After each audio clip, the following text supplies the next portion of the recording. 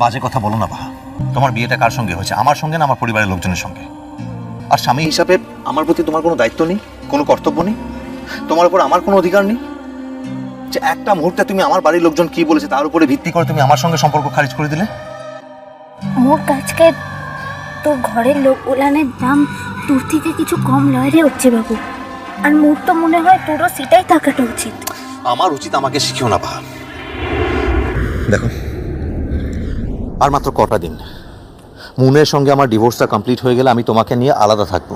বাড়ির লোকজনের প্রতি যেরকম আমার দায়িত্ব আছে, আমার বউর প্রতি সেরকমই আমার দায়িত্ব আছে। একজনকে অস্বীকার করে তো আর অন্যদের দায়িত্ব নেওয়া যায় না। তার মানে তুই এটাই বলতে চাইছিস তো যে ছোট থেকে যারা তোকে বড়টা করলো তোর দাদিকার সকলকে অস্বীকারটা করবে, তাই তো? অস্বীকার আমি করতে চাইনি বাহা, আমি কাউকে অস্বীকার করছি না। কিন্তু কেউ যদি আমার বউকে স্বীকৃতি না দেয় আমার বউ বলে, তাকে বাড়ি থেকে বার করে দেয়, তাকে অসম্মান করে, তাহলে সেটা আমার কাছে কিন্তু খুব একটা সম্মানজনক নয় বাহা।